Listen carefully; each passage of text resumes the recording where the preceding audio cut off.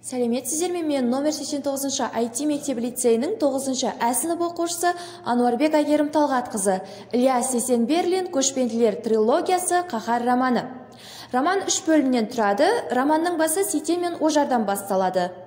Ат құлағы көрінбейтін жерден бір қалың көш көрінеді. Ол көшті бастаған Ситен еді. Және де оның үзеңгілесі Құбетұлы Ожар еді. Ожар ақ патшаның қолына кірген сатқын еді. Және де Ситен мен Ожар жолда кетіп бара жатып, Ситен қатты Ожардан күдіктенетін. Олар Баскөлдің жанына барып тынығады. Сол кезде Ожар Ситенді қолға түсіреді. Ситен оған қатты ашуланады. Барлық көшті Есау Лебедовтың алдына әкеледі. Сонымен түн ортасында Ожар Ситенге жаңағы сатқындығы туралы айтып жатады. Сонда оны Таймас естіп қалады. Ожар, менің бұл сатқындығымды ешкім де естімейді. Түн ортасына тіл бітпесе, менің бұл сатқындығымды көрге әкетемін бірге дейді. Сонда оны Таймас естіп қалып, бірақ та Таймас ешкімге де тіс жарып айтпайды. Өйткені елдің тыныштығын ойлап, Таймас ешкімге тіс жарып айтпайды. Сонымен ертесі күні Ситен мен Ожарды бір матапқа байлап әкетіп бара жатады. Оны Таймас көріп, қош болыңдар дейді де, бұрылып анадай жерге барып көздерінен тонадай жас ағады. Бұл жас жау көзінше достың дұрыс қоштаса алмаған ашу ыза жас еді. Бұл жасты Таймас өле-өлгенше жүрегінде кек етіп сақтап қалмақ еді. Жайықтан тағы бір көш көрінеді. Бұл көшті бастаған Жоламан батыр еді. Және де оның Байтабын деген жиені. Байтабынды кішкентай кезінен Ақбөкен деген қызға атастырып қойған еді. Бірақ та оны кәрі тарлан Серғазы тоқалдыққа алмақшы еді. Соны естіген Жоламан Байтабынға барда Ақбөкенді алып қаш. 700 жылқымды берсем де, мен кәрі тарлан Серғазыға Ақбөкенді тоқалдыққа алып бермеймін дейді. Оны сен аласың дейді. Сонда Байтабын түн ортасында жолға шығып кетеді. Жолда кетіп бара жатып, жаудың жақындап қалғанын біліп, қайтадан еліне қайтып, жаумен соғысады. Жаумен соғысып жатқан кезде Жоламан өзінің әскері аз екенін біледі. Сол кезде көмекке Иман батыр келеді. Қара қыпшақ қобыланды деп, Иман батыр көмекке келеді. Сонда барлық оны көрген жау қашып кетеді, әрең қашып құтылады. Сөйтіп Иман батыр, Жоламан батыр, Байтабын, ақсақалдар барлығы отырып бір шешімге келеді. Бұл шешім қазақ халқын қайтадан бір тудың астына біріктіру еді. Бірақ та ол шешім орындала ма, орындалмай ма, ол екі талай мәселе еді. Өйткені шашыраған халық қайтадан бір тудың астына бірігу, ол тіпті мүмкін де емес пе еді. Тараз шаһары әдеттегідей ыстық. Және де бұл жерде Құшбегі Бегдербек, Есенгелме Сержан тағы да жанында 20 жігіттің тағдыры бүгін шешілетін еді.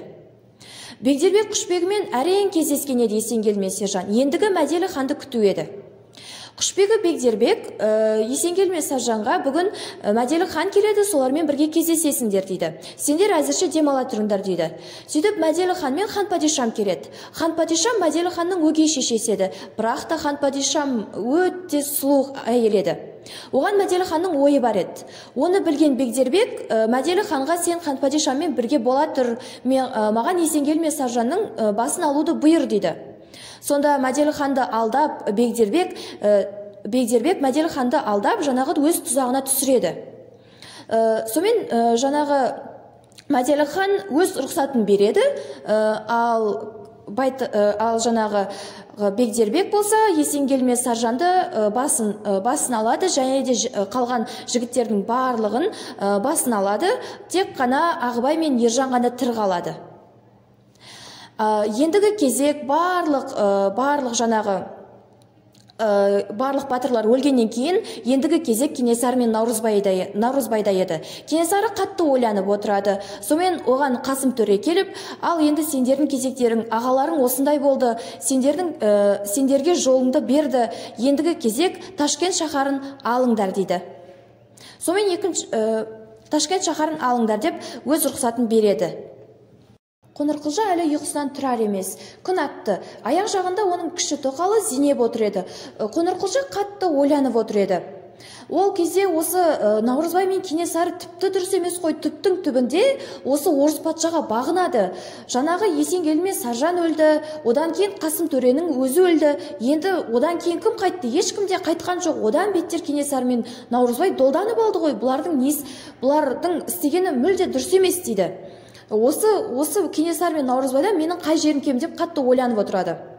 Қоңырқұлжаның екі баласы болады, Жәнәділ мен Шыңғыс.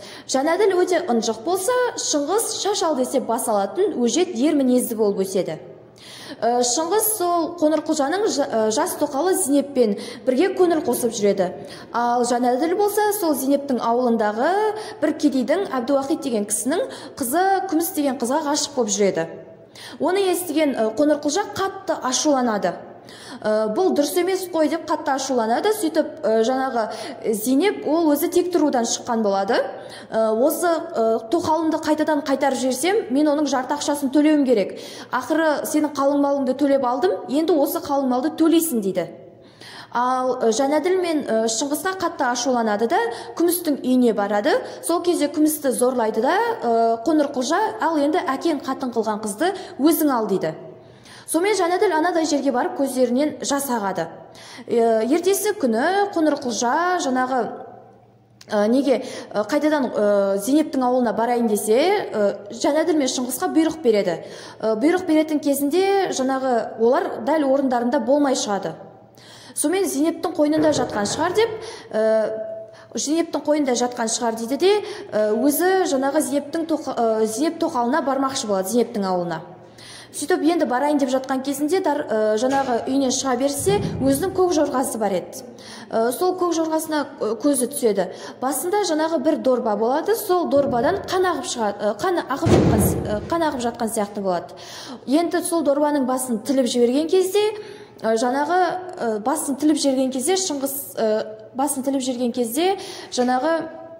Шыңғыстың басы жерге домалап түседі.